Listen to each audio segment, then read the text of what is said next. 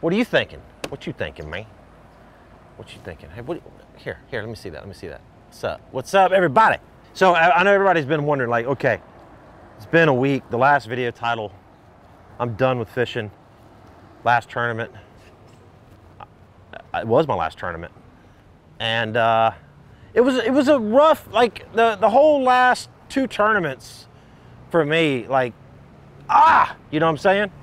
Just like, what's up? He almost crashed in your car, dude. Huge thank you for all the support. Like I always say, you guys are unbelievable. But let's talk a little 2020. I'm gonna break down not only this past tournament, I'm gonna get deep on this one, okay? So if you like fishing and you like the whole mindset of tournament fishing, you're gonna need to really watch this one. Don't you agree, McCoy? Oh yeah, watch the whole thing. Yeah, because we're gonna get deep in this. We're gonna get deep because I got a lot to talk about. But that being said, before we get too far into this, I want to say a huge, gigantic, excited shout out to Dovetail Games, Bassmaster Fishing 2022, video game that I've been working heavily on with these guys. It's all right. I got to talk about this. It's a pretty cool deal. All right, guys, Bassmaster Fishing 2022. It's going to be coming out later this fall. We've been working on this game for quite a while, and it's so awesome. And here's why. You can play multiplayer in this game. You can play against your friends, and you can actually play against me, which is pretty cool. And there's gonna be 10 anglers in this game, elite anglers in this game, including myself. And it's gonna be really awesome. And here's the other thing. They right now have 8 real world venues that they're going to, like real lakes that you guys have fished before. And so the graphics are gonna be matched up to the way you can be like, hey, I remember that spot, or I've been there on that lake in that particular area. So it's really cool how they've really tied in the continuity of tournament fishing, bass fishing, and these lakes at the same time. And they're really leaning on us, all the anglers, to make sure that this game is really spot on. So right now they're in closed alpha, and they're working on finishing up all the graphics. But for more information about this game, because you're gonna wanna get involved with it, guys, is check out the link in the description, okay? Or go to the website, bassmasterthegame.com for more information. And again, check out the links in the description, sign up, maybe you can get in the closed alpha, check out the game. So that's it, man, that is it, the game, super excited about it. Bassmaster Fishing 2022. But look, we're here, it's starting to rain. Rain's in and out today, but we're here to talk 2020, so we're not gonna let the rain scare us away on that one. 2020, all right, so we did the Bassmaster 2020. I'm telling you, it's gonna be an awesome game, guys. Cannot wait to not only play the game, but interact with you guys on the game, do some cool stuff. All right, so last tournament of the year, a lot on the line. Didn't go so well, as you well know and saw. That was tough, right? It was one of those tournaments, and I started realizing this at Champlain, and I hate to say it, I just didn't make the right adjustments. I didn't do what my gut and my heart was saying. Like in my mind, I knew what I needed to do. And so here it is. So it's like I fished too conservative, right? And what that means for me, too conservative means I'm aiming for like a 50th place finish. Instead of aiming for a first place finish, look, everybody wants to win the tournament, guys. Look, I don't say this lightly. Everybody wants to win, right? You can ask every single person in the tournament before the tournament starts, do you want to win? And they want to win. So it's not a lack of saying I want to win the tournament. It's a lack of putting yourself in position to win the tournament, okay? That's different. And how do you put yourself in position to win a tournament? You have to find something that can get you to the finish line.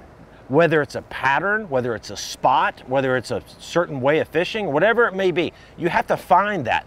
And those 2 or 3 days of practice that you're out there looking, you know, for that special something is when you're trying to find it. And some tournaments, guys, some tournaments happen, you've practiced all week, and you can't see a way to win the tournament. And those tournaments, you have to just fish your guts out and hopefully come out of there with a pretty good finish. Good check, whatever it may be. But then there's some practices like this one where you practice and you find something that you say to yourself, and this comes with time on the water, experience, etc., where you say to yourself, I could win the tournament doing this. And I found that at St. Lawrence. I found that I could win the tournament doing that, but it has risk. Anytime you have a chance to win a tournament, typically it involves some risk, right? A long run, maybe you don't get as many bites doing that particular technique. There's some risk involved. And so there's a risk involved, and at the same time, it's like, okay, what can I do to make sure that I don't bomb, right? Because you can't bomb. You can't come in like 80th or 90th going for the win. I came in like 84th in the tournament, but I was fishing for 50th. If I'd have fished for first, I'm telling you, I probably would have finished in like 30th, 40th if things don't line up right. But I still would have had a chance to win the tournament. Now, look, I say I have a chance to win the tournament. We know good and well that those guys, Taku and all those guys, were smashing 25-pound bags. I mean, was I on a 25-pound bag? I really wasn't. When the dust settled, I can look back and say, honestly, I was not on the winning fish. But I was on a pattern that could have developed, you know. It's one of those things. So my point to the whole thing is I fished conservative. I was aiming for 50th. And when you miss aiming at 50th, you come in 60th, 70th, or 80th. And that's what happened. If I aim for first or aim for top 10 and you miss, you come in 20th, 30th, 40th. And all would have been good. We'd have been straight off to the Bassmaster Classic. I let my lack of confidence in that last tournament, I let all that get to me. And I hate learning lessons 20 years in, right? But in fishing, you're always going to learn something, and it just takes time. It takes experience on the water. And I know all these things that I'm telling you, I really do, but you know, it's hard to balance all that, the nerves, everything else. And my practice wasn't that good, but there was blips of opportunities. And where I messed up, right? If I could go back in time and say, okay, I get a start over. I get to go back in time, and this is what I'm going to do. I would have ran straight to the lake and fished right out there where I found some fish in practice. And it's where Canterbury, he fished in that area, caught a lot of fish, did real well in the tournament. And I would have went out there and fished, right? And on the way back in or to or from, I would have stopped on the shallow sand flats where I found those fish in practice. I found those shallow fish cruising the sandbars, throwing a little hair jig and a Ned rig in practice. And that's a way to really catch a big bag, or at least a consistent 20+ pound bag, doing the sight fishing deal. And I've really never done that much before, so I wasn't real sure like how consistent it really is or how hard it is to catch them. You know, it depends on the wind, the sun. There's lots of different factors there with that. But for me, if I could go back in time, I would have went to the lake and either stopped at the sand and caught a few big ones, or stopped on the sand on the way back and caught a few big ones. And then I'd have caught a few big ones out in the lake. And next thing you know, you have 20, 21, 22, 23 pounds of bass, and you do that, of course, a few days in a row, and we're sitting here with a whole different outlook on this 2020. And that's where I messed up. I stayed close to the ramp. I thought I could catch 16 or 17 pounds of fish close to the ramp, and it just didn't happen. It was one of those, I want to say that I was like unfortunate in a way, like it was just not my time, a little out of my control. What was crazy about it, amazing really, and I've used this terminology a couple times lately, it's amazing to me, right? Amazing in a bad way that some things kind of happened the way they did. I'm literally drifting out here in the current on the same spots that some of these other guys are drifting, and we're all catching fish. I mean, I'm looking over, he's landing one, everybody's kind of doing the same thing. It was crazy because I'm setting the hook and it's a 2-pounder. Other boats around me, they set the hook and they're catching 3s and 4s. And it was just like, really? And we're all fishing basically the same lures. It wasn't a lure thing. It wasn't any of that. But you know, it was just kind of like I just got the wrong end of the deal. You know what I mean? I don't know. It was still the wrong decision. I shouldn't have fished there. I should have just went right for the win and just made it up as I went. The other thing that hurt me is I was too one-dimensional. Okay, what I learned at the St. Lawrence, I've never fished a tournament. This was my first time fishing a tournament there.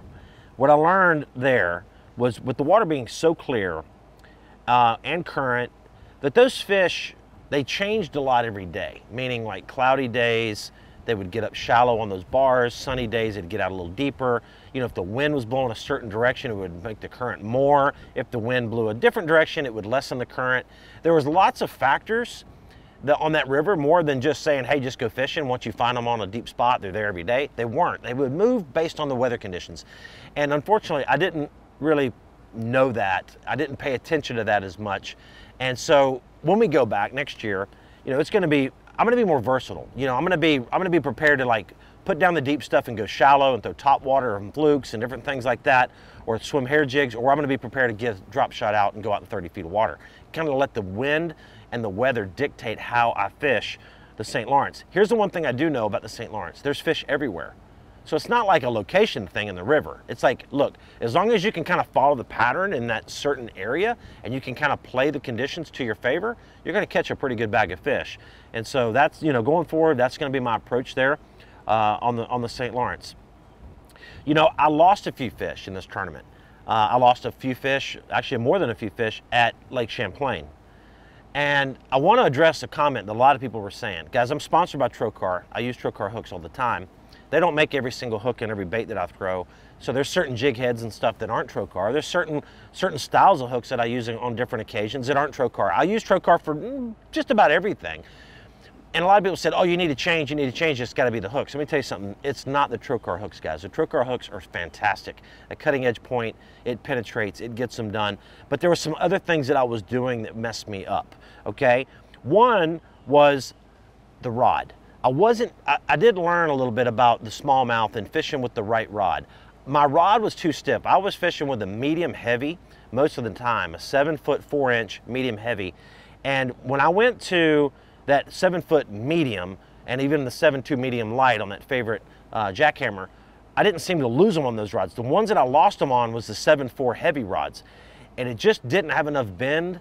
And you need, on those smallmouth that are jumping the way they do, you need to have a really limber rod, guys. You need to have a really limber rod, especially when you're using braid as your main line. I was using a 6 to 10 pound fluorocarbon leader for my leader, and that braid, you know, it doesn't stretch much, and the fluorocarbon's not stretching much, and it's just, you need a softer rod. That's the one thing I learned. Those smallmouth on the St. Lawrence, they're strong, they're mean, they rip holes in their mouths, they jump, and you lose them, and that's what happens. You know, it's so it wasn't the hook fault. Matter of fact, the Ned rig that I lost some of the fish on, I actually wish I would have had a Trocar Ned rig at that time, and I didn't. It was a different one, a different weight than I needed, and it did not have a Trocar hooks, and I lost fish on that one. I lost fish on the drop shot hook, which was a Trocar. You know, so it wasn't, I'm just telling you, it wasn't the hook's fault. It was more just, it happens. And number two, the wrong rod, right? The wrong rod for the application. So I learned a lesson on that. That was crazy. But I want to do one little thing. I want to kind of finish this video up with a couple things. A huge shout out to Skeeter and Yamaha. Okay, guys, obviously first tournament season here in the Skeeter. The boat was amazing. Some of the things that I noticed this year on the boat, which was awesome, is the way that it rides. People told me for years, like the Skeeter, it rides really soft. It hits the waves soft, it jumps and lands soft. And so, you know, I'm just thinking like everybody just says that because that's what they're supposed to say. But I'm going to tell you right now, guys, this Skeeter FXR21 is the best riding boat I've ever been in. And look, I know a lot of you are going to, oh, you were in another boat company for all those years and you're paid. No, I'm just telling you, this boat is the best riding boat I've ever been in my life. So I love the boat. You know, it's a great boat, super awesome company. The Yamaha on the back of this thing, guys, got me around all year, no problems. Super excited about running this thing next year as well. So, you know, big shout out to Skeeter and Yamaha for building such a great product, really. All right, so I want to finish this video up with a little breakdown of my last. This is cool, actually. This guy right here. Caught a lot of fish on the Rattling Ned, and one of the ways I was doing it, I was actually what I call doodle sucking. Right, I was holding the Ned rig off the bottom and drifting with the current and letting those fish come up, and I would shake it real lightly and then just let it sit there and shake it and let it sit there, and those smallmouth would come up to it and kind of look at it and then bite it. And but people ask me, why do you call it doodle sucking? Well, it's real simple, right? You doodle it like this, you just doodle in it, then when they bite it, you suck them. So it's doodle suck, doodle sucking. Yeah, that little technique worked pretty good. I caught quite a few fish on it. But that being said, I want to finish this little 2020. Thank you for hanging out with me for as long as you have. But I do want to finish this 2020 with a couple things. One is points. I know everybody's been asking, where are you at in points? I am actually the bubble man right now, which is kind of crazy. So somebody won, one of the gentlemen won one of the opens. It wasn't qualified to fish the Classic, and so he opened up a spot. So now I am literally on the bubble. So if one more person can win an open that is not qualified to fish the Classic, I will get an official invite to the Bassmaster Classic 2022. So that's all. Just, you know, cross our fingers, say a little prayer. Hopefully that'll happen. So nerve-wracking, but we've got a little time. You know, we've got about another month and a half before these opens are all said and done, and you know, we could make it. So, and then also a lot of people have been asking me like, oh, I saw that you should have been in because you were in 42nd and they've already called down. Crazy deal. So they did this COVID drop. Beginning of the year, they thought a bunch of people might get COVID and have to drop out of events, so we're going to drop your worst place finish. Well, when I dropped my worst place finish, I actually went backwards. Some other people went ahead of me. And so it pushed me from 42nd to 44th. And those 2 spots dropped me out of the Classic. So that's why it was real confusing for everybody watching online. Like, oh, he's in the Classic, he's in the Classic. Officially, without the drop, I would be. Without the drop, I made the Classic. With the drop, I'm Bubble Man. So we're just gonna pray that, you know, things work out the way it does, and hopefully it'll work out. Matt did make the Classic, he's in. Canterbury's still several spots behind me. I don't think he physically can make it no matter what happens. So, but you know, looking forward to next year on that. Now, let me finish off a little. I've been wanting to tell this story, kind of crazy. The last 30 minutes of St. Lawrence River. The last 30 minutes, guys. Okay, here, sit down, McCoy. Sit down. We gotta talk. Okay. Last 30 minutes. This is painful, but yet this is why I tournament fish, right? This is like the ups and downs. This is what makes you get out of bed and love this sport. Even though it didn't work out, but it's just, this is tournament fishing in a nutshell. So all day, I'm running down the river and I'm stopping and I'm catching them really good. I'm doodle socking them off the bottom, and they're decent fish. They're not big ones yet, but I'm thinking like any minute I'm gonna catch a 4 or 5 pounder. And I'm slowly getting there. I'm slowly calling up. I'm past where I had what I had day one, and I'm fishing good. Even though I'm not catching the weight that I want, I'm fishing good. I'm not losing any fish. I feel like I'm making good decisions. Things are kind of clicking, and I'm going down the lake, and the whole time in my mind, again, this is that conservative thing getting me, is I've got those sand fish up by the mouth of the river, and the whole time, all day, I'm like, I just need to run there, I just need to run there, I just need to run there. And it was cloudy, and I was like, I'm not sure if I can see them. I just kept delaying the process. Well, eventually I get up close enough where I'm like, all right, if I'm gonna make a run to the sand flats, I need to go now. I don't know how much time I'm gonna have, but I need to go now. So I ran up there, and I get there and I have an hour to fish. And I put the trolling motor down, it's real clear water, and it's like 6 feet deep. I'm trolling motor around. I got my little hair jig and my Ned rig and all this stuff, and I'm like, I don't even know if they're gonna be there.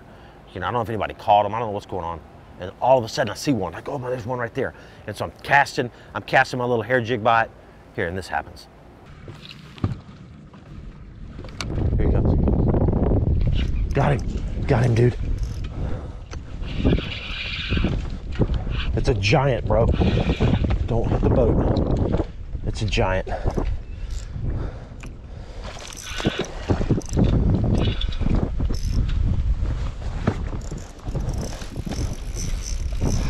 Oh my gosh. Okay. All right, so that's pretty cool. So that was my first one, and like they're black in the water. Like look at that thing, like glowing in the water. You don't know how big they are when you first hook them because they're like dark and they're just big looking.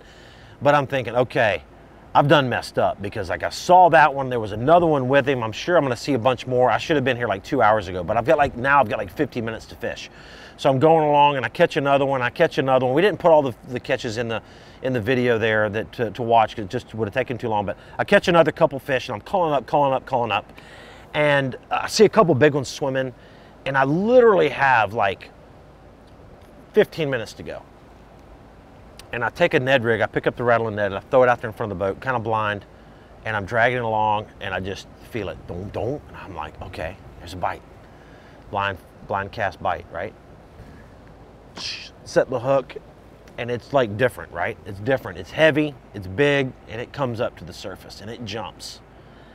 And guys, I know I said biggin, I know I say biggin all the time. I know that half the time I say biggin, it ends up being a small one. I apologize. But this really was a big one. This one was legit 5. Honestly, I think it might have even been bigger than that. I think it was a 6, and here's why. I lose the fish, it jumps off. So take a look at this, guys. You'll see what I mean. This is crazy. A big fish. There's a big one. Oh, that's a real, oh my gosh, it was a 5-pounder. Oh my God, why? All right, so look, I'm gonna be straight up with you. That thing was definitely 5, maybe 6-pounder. It gets off, you know, look, as frustrating as it is, and it's like it's happened all year, you know, you're gonna lose some. So I wasn't that like shocked he got off because, you know, it just happens. But here's how I know how big it was. I reel in, I fix my bait, I throw back out in the same spot, and sure enough, I get a bite. I set the hook, and this other one jumps out of the water, and I think it's that same fish. And I fight it and fight it and fight it, and as I'm fighting this fish, he's dragging me all around the sand flats. I see the solid black one. There was a bigger, that one that I had was really dark, is paired up with this one that's light colored, fighting. I'm fighting the 4-pounder, and this one is substantially bigger, guys. As I see it in the water, it's gigantically bigger. Okay, I don't even know if that's a word, but it is today. It's a giant, right? That's the one that jumped off. But luckily, I got the 4-pounder to bite right after that, and I land the 4-pounder, and I'm there. I'm one fish away. In my mind, like, I don't know how I know this, but in my mind, I know I'm one fish away. We're down to the last, like, minute, like, literally last cast, and I fire it out there. I see a fish. I see a fish first. It swims along, and I'm really close to it. I pitch the bait, roll the tape. Got him.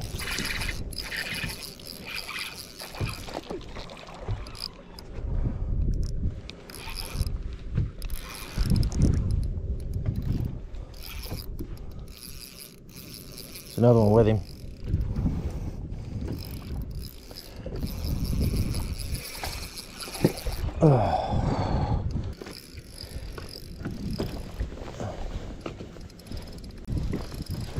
Please, Lord. Please, Lord, let me get this fish in. Oh my gosh, where is he? Where is he? Oh my God!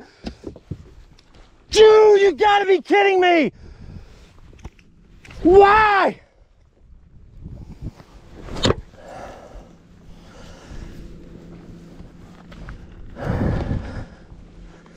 Yeah,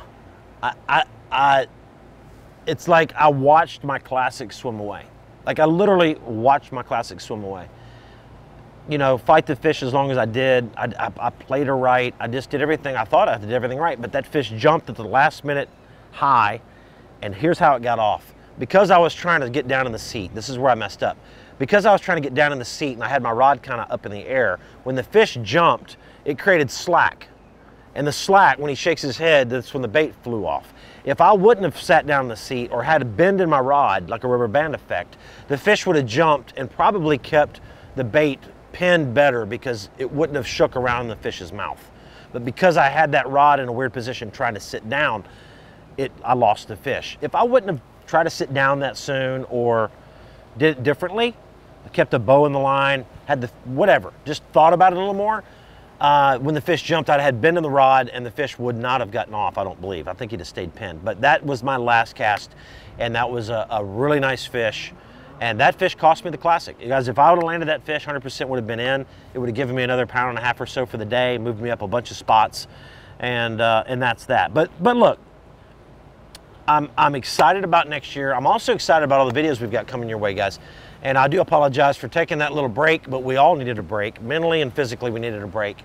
McCoy went on a little vacation. Dylan's been kind of taking a little break as well. We all got sick. You know, it was kind of a crazy deal. We all ended up with COVID, which is kind of a crazy deal, but we're all okay. We all survived that. So that being said, we've got some more videos coming your way, guys, and lots of cool stuff. We're gonna go down to the Keys. We're gonna do some saltwater stuff. We've got a bunch of videos that we shot up the road that we're gonna be sharing with you guys. And I just wanna thank you again from the bottom of my heart for all of the support, guys. And we're gonna get geared up, take a little break, but we're gonna get geared up for next year. And we're just gonna keep our fingers crossed on getting in the Classic. Hopefully somebody will win one of those tournaments, or maybe I need to go fish one of those opens sometime this fall. What do you think? So guys, that's it. That is it. Love you. Bam!